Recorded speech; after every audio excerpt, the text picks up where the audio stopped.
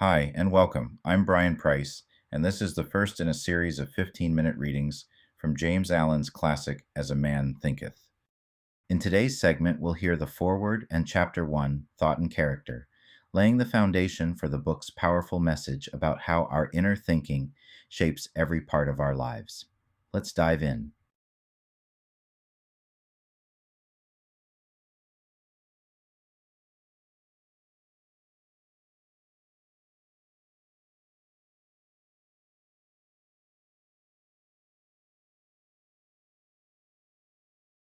This little volume, the result of meditation and experience, is not intended as an exhaustive treatise on the much written upon subject of the power of thought. It is suggestive rather than explanatory, its object being to stimulate men and women to the discovery and perception of the truth that they themselves are makers of themselves. By virtue of the thoughts which they choose and encourage, that mind is the master weaver, both of the inner garment of character and the outer garment of circumstance, and that, as they may have hitherto woven in ignorance and pain, they may now weave in enlightenment and happiness.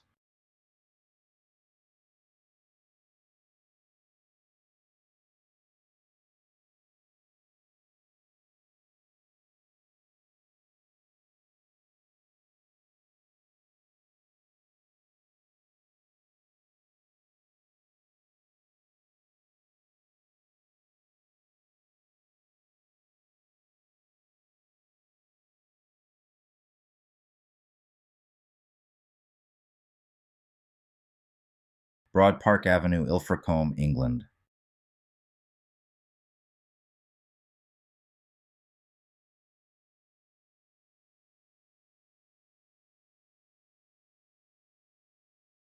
The aphorism, "As a man thinketh in his heart, so is he," not only embraces the whole of a man's being, but is so comprehensive as to reach out to every condition and circumstance of his life.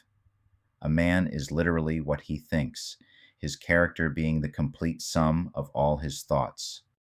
As the plant springs from, and could not be without, the seed, so every act of a man springs from the hidden seeds of thought, and could not have appeared without them.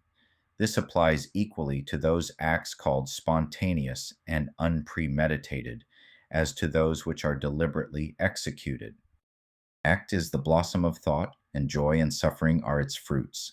Thus does a man garner in the sweet and bitter fruitage of his own husbandry. Thought in the mind hath made us what we are.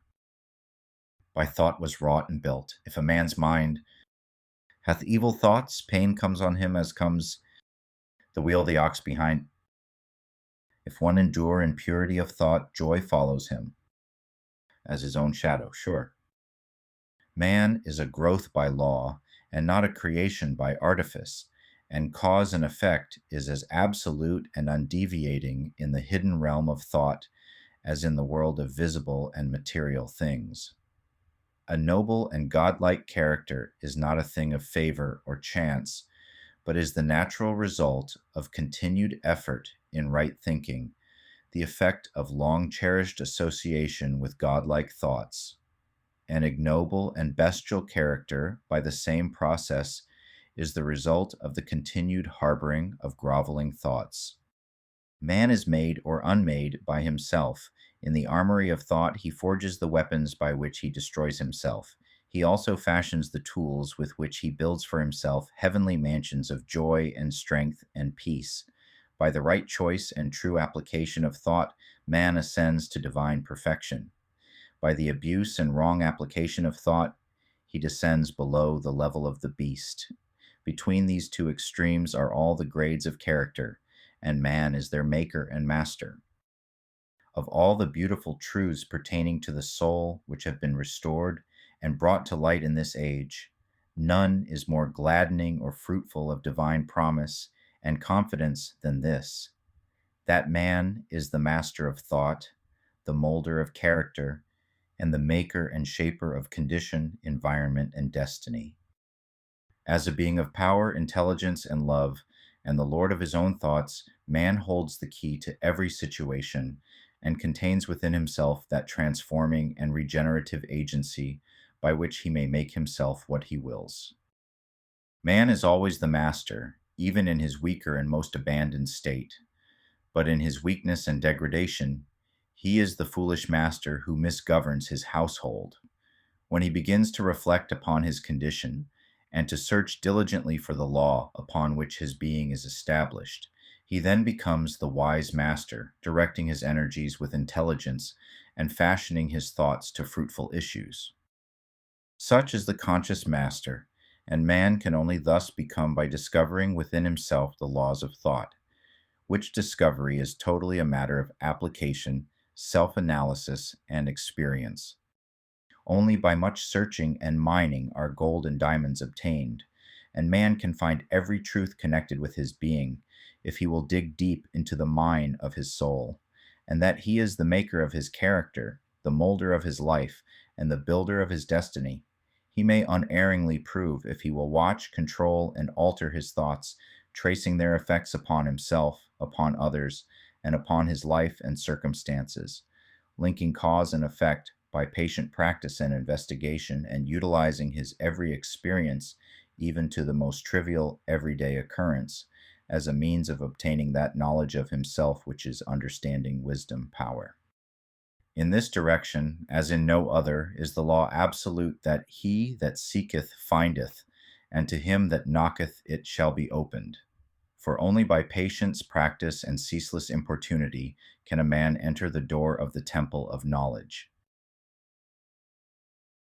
Man's mind may be likened to a garden, which may be intelligently cultivated or allowed to run wild, but whether cultivated or neglected, it must, and will, bring forth. If no useful seeds are put into it, then an abundance of useless weed seeds will fall therein, and will continue to produce their kind. Just as a gardener cultivates his plot, keeping it free from weeds and growing the flowers and fruits which he requires, so may a man tend the garden of his mind, weeding out all wrong, useless, and impure thoughts, and cultivating toward perfection the flowers and fruits of right, useful, and pure thoughts. By pursuing this process, a man sooner or later discovers that he is the master gardener of his soul, the director of his life. He also reveals within himself the laws of thought and understands with ever increasing accuracy how the thought forces and mind elements operate in the shaping of his character, circumstances, and destiny. Thought and character are one, and as character can only manifest and discover itself through environment and circumstance, the outer conditions of a person's life will always be found to be harmoniously related to his inner state. Continue reading to the end of Man is Buffeted by Circumstances, the Rightful Master of Himself.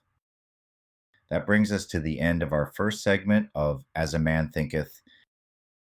In the next episode, we'll pick up right where we left off, diving deeper into how our thoughts shape our circumstances. If you enjoyed this reading, hit subscribe and join me for the next chapter. Until then, keep your thoughts noble and your vision high.